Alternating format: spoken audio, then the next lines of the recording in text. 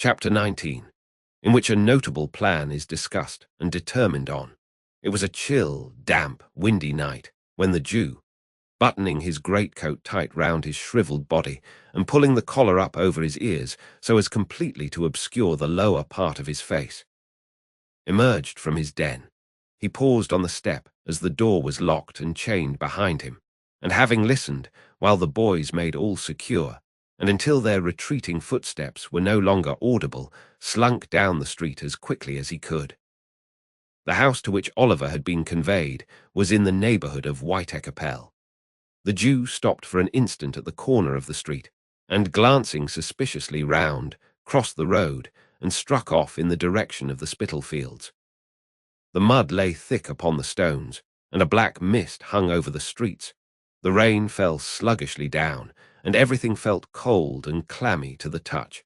It seemed just the night when it befitted such a being as the Jew to be abroad.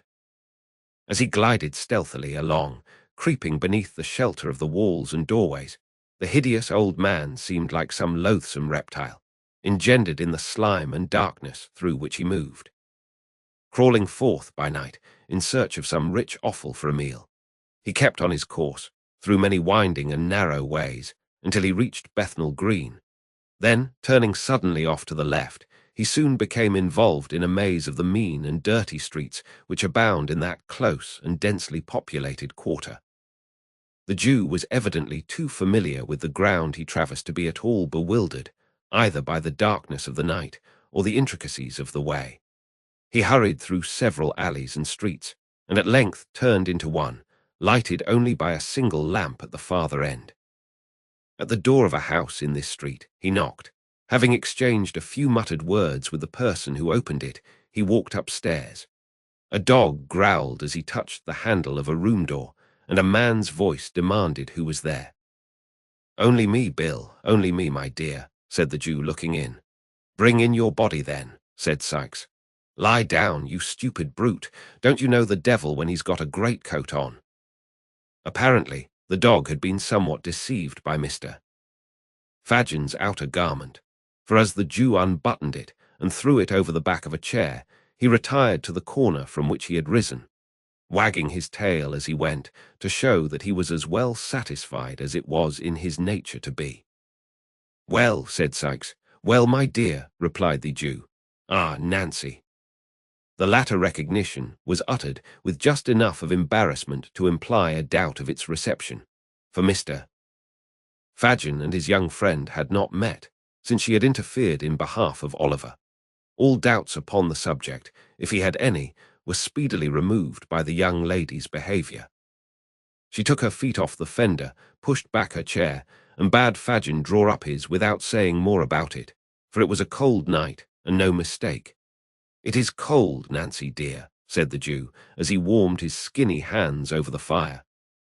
"It seems to go right through one," added the old man, touching his side. "It must be a piercer if it finds its way through your heart," said Mr. Sikes. "Give him something to drink, Nancy. Burn my body, make haste. It's enough to turn a man ill, to see his lean old carcase shivering in that way, like a ugly ghost just rose from the grave." Nancy quickly brought a bottle from a cupboard, in which there were many, which, to judge from the diversity of their appearance, were filled with several kinds of liquids. Sikes, pouring out a glass of brandy, bade the Jew drink it off.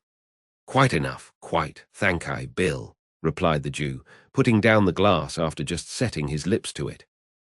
"What, you're afraid of our getting the better of you, are you?" inquired Sikes, fixing his eyes on the Jew. With a hoarse grunt of contempt, Mr. Sikes seized the glass and threw the remainder of its contents into the ashes, as a preparatory ceremony to filling it again for himself, which he did at once. The Jew glanced round the room as his companion tossed down the second glassful, not in curiosity, for he had seen it often before, but in a restless and suspicious manner habitual to him. It was a meanly furnished apartment, with nothing but the contents of the closet to induce the belief that its occupier was anything but a working man, and with no more suspicious articles displayed to view than 2 or 3 heavy bludgeons which stood in a corner, and a life-preserver that hung over the chimney-piece. "There," said Sykes, smacking his lips. Now I'm ready. For business? Inquired the Jew. For business, replied Sykes. So say what you've got to say. About the crib at Chertsey, Bill, said the Jew, drawing his chair forward and speaking in a very low voice. Yes. What about it? Inquired Sykes. Ah, you know what I mean, my dear, said the Jew. He knows what I mean, Nancy, don't he? No, he don't, sneered Mr. Sykes. Or he won't, and that's the same thing. Speak out and call things by their right names. Don't sit there, winking and blinking and talking to me in hints, as if you warn't the very first that thought about the robbery. What do you mean? Hush, Bill, hush, said the Jew, who had in vain attempted to stop this burst of indignation. Somebody will hear us, my dear. Somebody will hear us. Let 'em hear, said Sykes. I don't care, but as Mr. Sykes did care. On reflection, he dropped his voice as he said the words and grew calmer. There, said the Jew coaxingly. It was only my caution, nothing more. Now, my dear, about that crib at Chertsey. When is it to be done, Bill, eh? When is it to be done? Such plate, my dear, such plate, said the Jew, rubbing his hands and elevating his eyebrows in a rapture of anticipation. Not at all, replied Sykes coldly. Not to be done at all, echoed the Jew, leaning back in his chair. No, not at all, rejoined Sykes. At least it can't be a put-up job as we expected. Then it hasn't been properly gone about, said the Jew, turning pale with anger. Don't tell me. But I will tell you, retorted Sykes. Who are you that's not to be told? I tell you that Toby Crackit has been hanging about the place for a fortnight, and he can't get one of the servants in line. Do you mean to tell me, Bill, said the Jew, softening as the other grew heated, that neither of the two men in the house can be got over? Yes, I do mean to tell you so, replied Sykes. The old lady has had 'em these 20 years. And if you were to give 'em £500, they wouldn't be in it. But do you mean to say, my dear, remonstrated the Jew, that the women can't be got over? Not a bit of it, replied Sykes. Not by Flash Toby Crackit, said the Jew incredulously. Think what women are, Bill. No, not even by Flash Toby Crackit, replied Sykes. He says he's worn sham whiskers and a canary waistcoat the whole blessed time he's been loitering down there, and it's all of no use. He should have tried mustachios and a pair of military trousers, my dear, said the Jew. So he did, rejoined Sykes, and they warn't of no more use than the other plant. The Jew looked blank at this information. After ruminating for some minutes with his chin sunk on his breast, he raised his head and said, with a deep sigh, that if Flash Toby Crackit reported aright, he feared the game was up. And yet, said the old man, dropping his hands on his knees, it's a sad thing, my dear, to lose so much when we had set our hearts upon it. So it is, said Mr. Sykes. Worse luck. A long silence ensued, during which the Jew was plunged in deep thought, with his face wrinkled into an expression of villainy perfectly demoniacal. Sykes eyed him furtively from time to time. Nancy, apparently fearful of irritating the housebreaker, sat with her eyes fixed upon the fire, as if she had been deaf to all that passed. Fadgin, said Sykes, abruptly breaking the stillness that prevailed. Is it worth 50 shiners extra, if it's safely done from the outside? Yes, said the Jew, as suddenly rousing himself.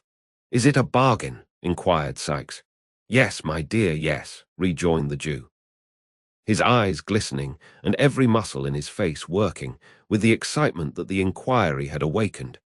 Then, said Sykes, thrusting aside the Jew's hand with some disdain, let it come off as soon as you like. Toby and me were over the garden wall the night afore last, sounding the panels of the door and shutters. The crib's barred up at night like a jail, but there's one part we can crack, safe and softly. Which is that, Bill? Asked the Jew eagerly. Why, whispered Sykes, as you cross the lawn. Yes, said the Jew, bending his head forward with his eyes almost starting out of it. Umph, cried Sykes, stopping short as the girl, scarcely moving her head, looked suddenly round and pointed for an instant to the Jew's face. "Never mind which part it is. You can't do it without me, I know, but it's best to be on the safe side when one deals with you." "As you like, my dear, as you like," replied the Jew. "Is there no help wanted, but yours and Toby?" "None," said Sikes, "'cept a centre-bit and a boy. The first we've both got, the second you must find us." "A boy!" exclaimed the Jew. "Oh, then it's a panel, eh?" "Never mind what it is," replied Sikes. "I want a boy, and he mustn't be a big un." "Lord," said Mr. Sikes reflectively, "if I'd only got that young boy of Ned, the chimney sweeper's." He kept him small on purpose, and let him out by the job. But the father gets lagged, and then the Juvenile Delinquent Society comes, and takes the boy away from a trade where he was earning money, teaches him to read and write, and in time makes a prentice of him. "And so they go on," said Mr. Sikes, his wrath rising with the recollection of his wrongs. "So they go on. And if they'd got money enough, which it's a providence they haven't, we shouldn't have half a dozen boys left in the whole trade in a year or two." "No more we should," acquiesced the Jew, who had been considering during this speech, and had only caught the last sentence. "Bill." "What now?" inquired Sikes. The Jew nodded his head towards Nancy, who was still gazing at the fire, and intimated by a sign that he would have her told to leave the room. Sikes shrugged his shoulders impatiently, as if he thought the precaution unnecessary, but complied, nevertheless, by requesting Miss Nancy to fetch him a jug of beer. "You don't want any beer," said Nancy, folding her arms and retaining her seat very composedly. "I tell you I do," replied Sikes. "Nonsense," rejoined the girl coolly. "Go on, Fagin. I know what he's going to say, Bill. He needn't mind me." The Jew still hesitated. Sikes looked from one to the other in some surprise. "Why, you don't mind the old girl, do you, Fagin?" he asked at length. "You've known her long enough to trust her, or the devil's in it. She ain't one to blab, are you, Nancy?" "I should think not," replied the young lady, drawing her chair up to the table and putting her elbows upon it. "No, no, my dear, I know you're not," said the Jew. "But," and again the old man paused. "But what?" inquired Sikes.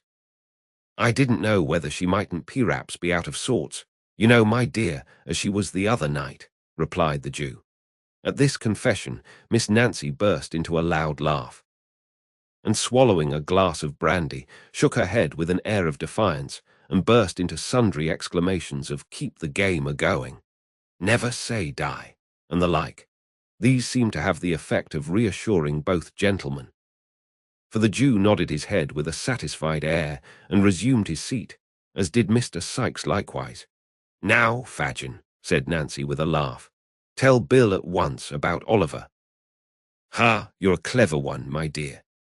"The sharpest girl I ever saw," said the Jew, patting her on the neck. "It was about Oliver I was going to speak, sure enough. Ha, ha, ha." "What about him?" demanded Sikes. "He's the boy for you, my dear," replied the Jew in a hoarse whisper, laying his finger on the side of his nose and grinning frightfully. "He!" exclaimed Sikes. "Have him, Bill," said Nancy. "I would if I was in your place. He mayn't be so much up as any of the others, but that's not what you want if he's only to open a door for you. Depend upon it, he's a safe one, Bill." "I know he is," rejoined Fagin. "He's been in good training these last few weeks, and it's time he began to work for his bread. Besides, the others are all too big." "Well, he is just the size I want," said Mr. Sikes, ruminating. "And will do everything you want, Bill, my dear," interposed the Jew. "He can't help himself. That is, if you frighten him enough." "Frighten him," echoed Sikes. "It'll be no sham frightening, mind you. If there's anything queer about him when we once get into the work, in for a penny, in for a pound. You won't see him alive again, Fagin. Think of that before you send him." "Mark my words," said the robber, poising a crowbar, which he had drawn from under the bedstead. "I've thought of it all," said the Jew with energy. I've had my eye upon him, my dears, close, close." Once let him feel that he is one of us. Once fill his mind with the idea that he has been a thief, and he's ours for his life. Ho, it couldn't have come about better. The old man crossed his arms upon his breast, and drawing his head and shoulders into a heap, literally hugged himself for joy. Ours, said Sikes. Yours, you mean. Perhaps I do, my dear, said the Jew, with a shrill chuckle. Mine, if you like, Bill. And what, said Sikes, scowling fiercely on his agreeable friend, what makes you take so much pains about one chalk-faced kid, when you know there are 50 boys snoozing about common garden every night, as you might pick and choose from? Because they're of no use to me, my dear, replied the Jew, with some confusion, not worth the taking. Their looks convict 'em when they get into trouble, and I lose 'em all. With this boy, properly managed, my dears, I could do what I couldn't with 20 of them. Besides, said the Jew, recovering his self-possession, he has us now if he could only give us leg bail again. And he must be in the same boat with us. Never mind how he came there. It's quite enough for my power over him that he was in a robbery. That's all I want. Now, how much better this is than being obliged to put the poor little boy out of the way, which would be dangerous, and we should lose by it besides. When is it to be done? Asked Nancy, stopping some turbulent exclamation on the part of Mr. Sikes, expressive of the disgust with which he received Fadgen's affectation of humanity. Ah, to be sure, said the Jew. When is it to be done, Bill? I planned with Toby, the night arter tomorrow, rejoined Sikes in a surly voice, if he heard nothing from me to the contrariety. Good, said the Jew. There's no moon. No, rejoined Sikes. It's all arranged about bringing off the swag, is it? Asked the Jew. Sikes nodded. And about? Oh, it's all planned, rejoined Sikes, interrupting him. Never mind particulars. You'd better bring the boy here tomorrow night. I shall get off the stone an hour after daybreak. Then you hold your tongue and keep the melting pot ready, and that's all you'll have to do. After some discussion, in which all three took an active part, it was decided that Nancy should repair to the Jew's next evening when the night had set in, and bring Oliver away with her. Fadgen craftily observing that, if he evinced any disinclination to the task, he would be more willing to accompany the girl who had so recently interfered in his behalf than anybody else. It was also solemnly arranged that poor Oliver should, for the purposes of the contemplated expedition, be unreservedly consigned to the care and custody of Mr. William Sikes, and further that the said Sikes should deal with him as he thought fit, and should not be held responsible by the Jew for any mischance or evil that might be necessary to visit him. It being understood that, to render the compact in this respect binding, any representations made by Mr. Sikes on his return should be required to be confirmed and corroborated, in all important particulars, by the testimony of Flash Toby Crackit. These preliminaries adjusted, Mr. Sikes proceeded to drink brandy at a furious rate, and to flourish the crowbar in an alarming manner, yelling forth at the same time most unmusical snatches of song, mingled with wild execrations. At length, in a fit of professional enthusiasm, he insisted upon producing his box of housebreaking tools, which he had no sooner stumbled in with, and opened for the purpose of explaining the nature and properties of the various implements it contained, and the peculiar beauties of their construction, than he fell over the box upon the floor, and went to sleep where he fell. Good night, Nancy, said the Jew, muffling himself up as before. Good night. Their eyes met, and the Jew scrutinized her narrowly. There was no flinching about the girl. She was as true and earnest in the matter as Toby Crackit himself could be. The Jew again bade her good night, and bestowing a sly kick upon the prostrate form of Mr. Sikes while her back was turned, groped downstairs. Always the way, muttered the Jew to himself as he turned homeward. The worst of these women is that a very little thing serves to call up some long-forgotten feeling, and the best of them is that it never lasts. Ha, ha, the man against the child for a bag of gold. Beguiling the time with these pleasant reflections, Mr. Fagin wended his way through mud and mire to his gloomy abode, where the Dodger was sitting up, impatiently awaiting his return. "Is Oliver abed? I want to speak to him," was his first remark as they descended the stairs. "Hours ago," replied the Dodger, throwing open a door. "Here he is." The boy was lying, fast asleep, on a rude bed upon the floor, so pale with anxiety and sadness and the closeness of his prison that he looked like death. Not death as it shows in shroud and coffin, but in the guise it wears when life has just departed, when a young and gentle spirit has, but an instant, fled to heaven, and the gross air of the world has not had time to breathe upon the changing dust it hallowed. "Not now," said the Jew, turning softly away. "Tomorrow, tomorrow.